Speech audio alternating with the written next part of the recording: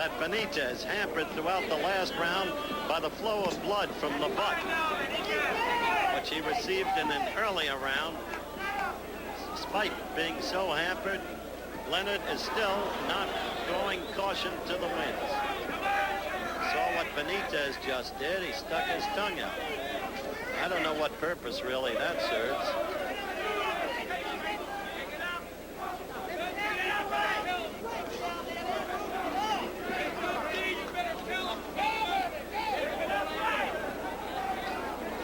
Interestingly, there are fans screaming, "Pick it up, Ray." I think Leonard is following his corner's instructions.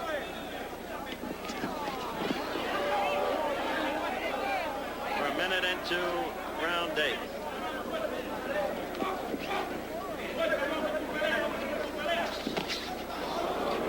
That Leonard right got in there. And it stung. The blood opened again in the forehead. Cut from the butt.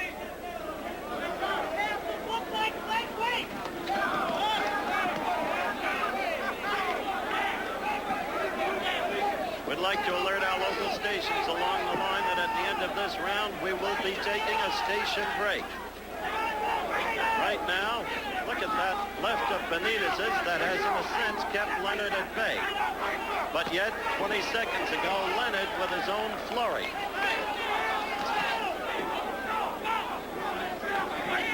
Benitez's corner seems to have helped that forehead somewhat. It's not streaming down the way it did in the last round.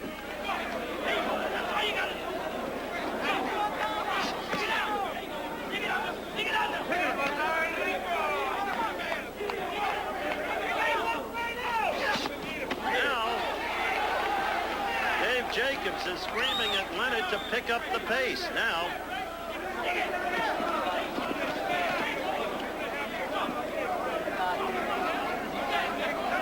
You see the countdown in the lower right-hand corner of your screen.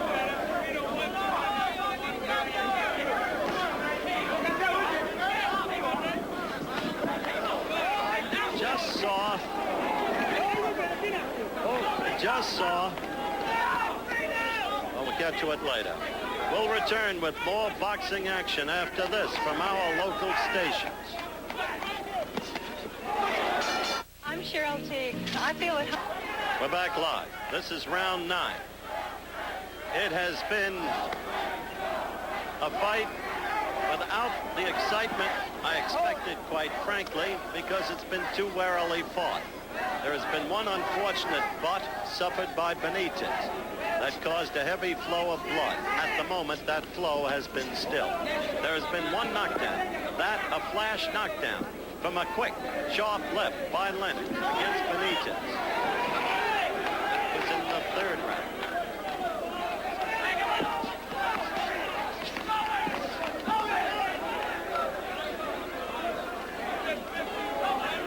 Crowd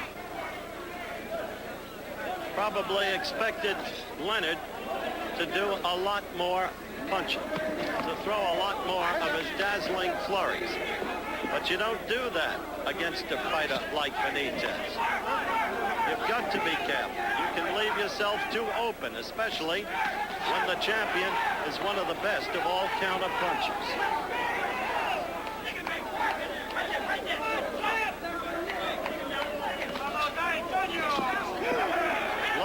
The blood is flowing again from Benitez's head. This is 9th round action. Right there, Benitez with a counter right. Benitez getting to Leonard there.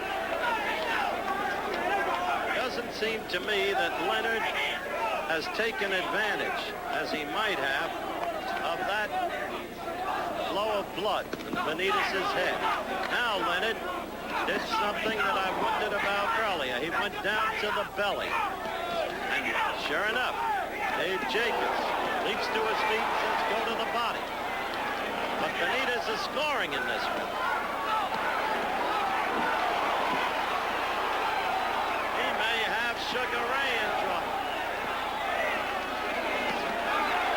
Yes, indeed, he does. This is a fighter, this Benitez.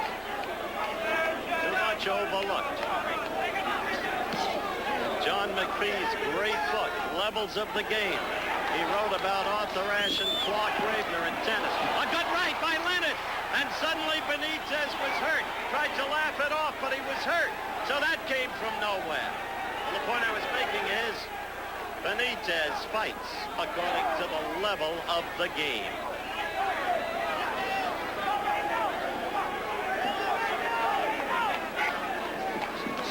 Ray using the right lead. They're not breaking for a commercial. We're going into Sugar Ray Leonard's corner because briefly he seemed to me to be in a bit of trouble. All right, now let's look at some of that action in slow motion. The blood on Leonard's pants, of course, Benitez's blood. Leonard apparently unmarked. See that left of Benitez getting in there, but suddenly rebounding. That right stung Benitez. He laughed it off, or tried to, and he still is. He still is. Interesting study in human psychology is.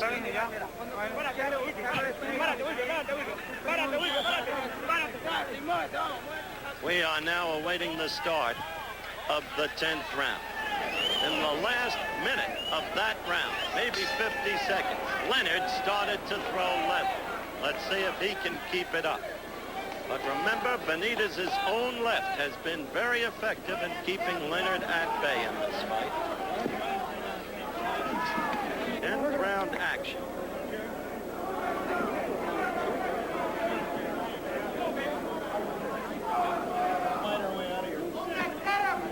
The corner is doing an effective job instilling that flow of blood between rounds from Benitez's forehead.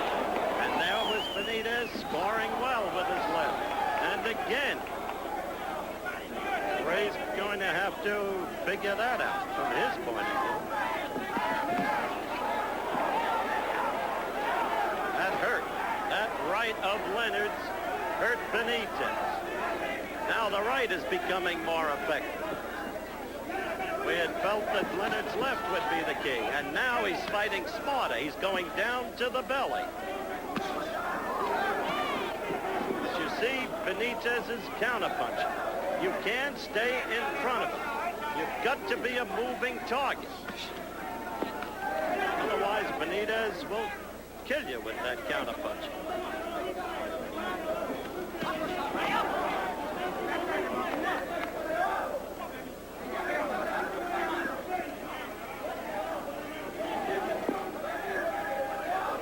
What people forget about Leonard is, because not that much is really known about amateur boxing, many of the fighters he beat at Montreal would be, in the American sense, professional fighters. And when you beat a Valery Lemasov, the great southpaw from the Soviet, and Ulrich Bayer, the great veteran of East Germany, and finally an Andres Aldama of Cuba, you have beaten some very, very fine fighters and garnered an experience that you can't measure. Now Ray having a little fun, threatening the bolo punch. Blood pouring out again from Benitez's forehead.